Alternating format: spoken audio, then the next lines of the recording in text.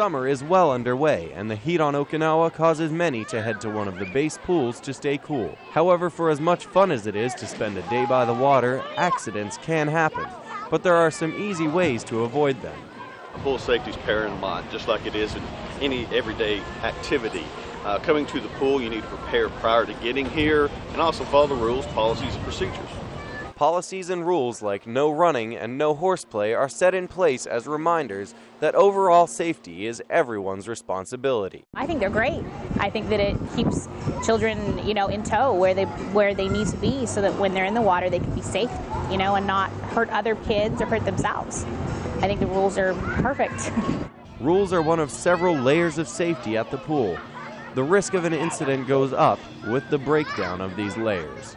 The fencing, the gates, the surfacing itself, making sure that it's nice and clean, no cracks or hazards, our warning signs that we have put up, and the enforcement from our lifeguards, who are excellent and outstanding, down to the individual themselves.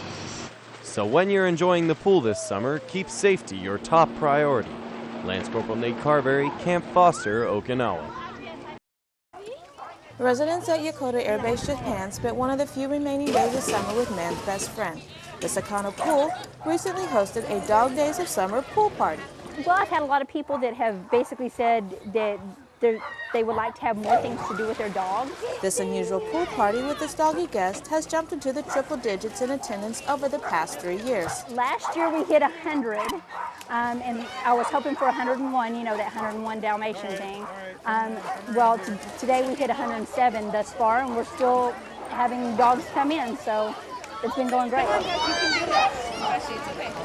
Not only is this a great way for having fun in the sun while staying cool, but also a great way for dogs to get together and socialize. It's good for her to meet other dogs and maybe make some friends and organize some play dates for later on. Air Force Sergeant Jacqueline Denny, Yokota Air Base, Japan. The 126th Air Refueling Wing has seen its share of action. Components of the 126th have supported operations in nearly every American conflict since World War II. In March of 2011, the airmen of this Illinois Air National Guard unit geared up again, this time for Operation Odyssey Dawn. The 126th mission is refueling other Allied planes, including bombers and fighters, so that the U.S. and her allies can enforce the no-fly zone over the North African nation of Libya. Major Tom Ratkovich, an aircraft commander, says the airmen are ready and willing to do their job. Well, we do the best we can. They gave us the best tools. We're here to fly, fight, and win, and we're trained for this, and we're at any moment happy to do our job. Here we go. Let's go, get it done, get home. The 126th does not refuel aircraft on the ground. They take to the skies, bringing needed fuel to thirsty aircraft. Technical Sergeant Mark Bazinski operates the boom that hooks up planes in midair. It's like a flying wing, the boom is, and we control that from the back of the plane, and we manipulate it. The fighters or the bombers will come in and position themselves real steady, and we will make the contact into the receptacle and offload the fuel that they need to accomplish their mission, and then once they're done, they're on their way, and we'll continue doing what we're doing. Colonel Peter Nizamis, the wing commander of the 126th, says his airmen work over 100 days a year to keep the unit ready for any situation. In the Air National Guard, we mirror the capabilities of our active component.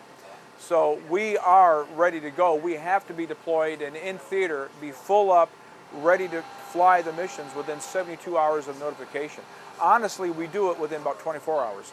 Why do we do that? Because we maintain that same preparedness and capability that the active component forces do.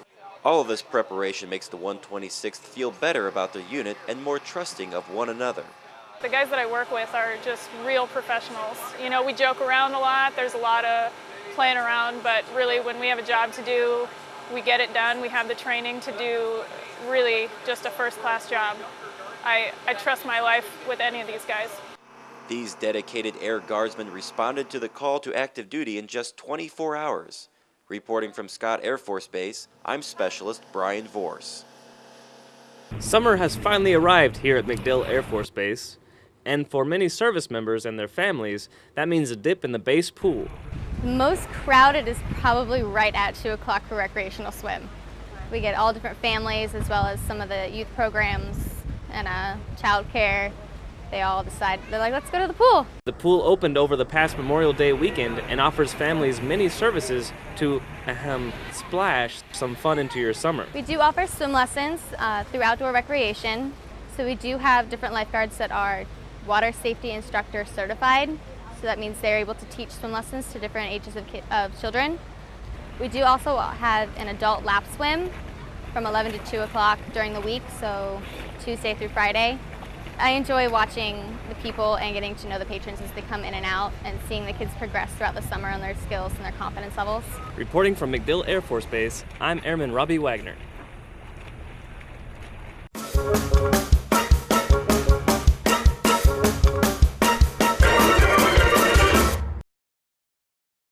Ugh. What are you doing? It's these mosquitoes. They just won't leave me alone. You know, there's an article in this week's Thunderbolt about mosquitoes. You should read that. And then I can use it as a swatter. You don't have any hands. Oh, yeah. Ugh. The pool on MacDill Air Force Base is guarded by highly skilled individuals who are experts in keeping you safe. What we have to do as a safety drill here at the pool is, as lifeguards, we have to do EAPs, which is an emergency action plan.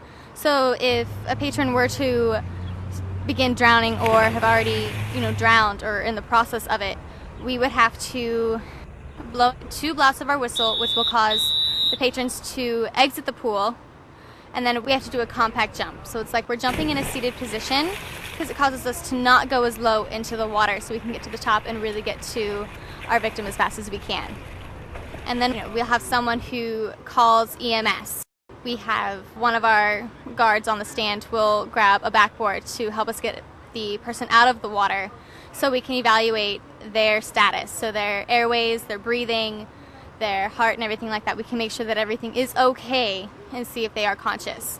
So we know how to respond after that. And we have to remain calm, so the patrons remain calm.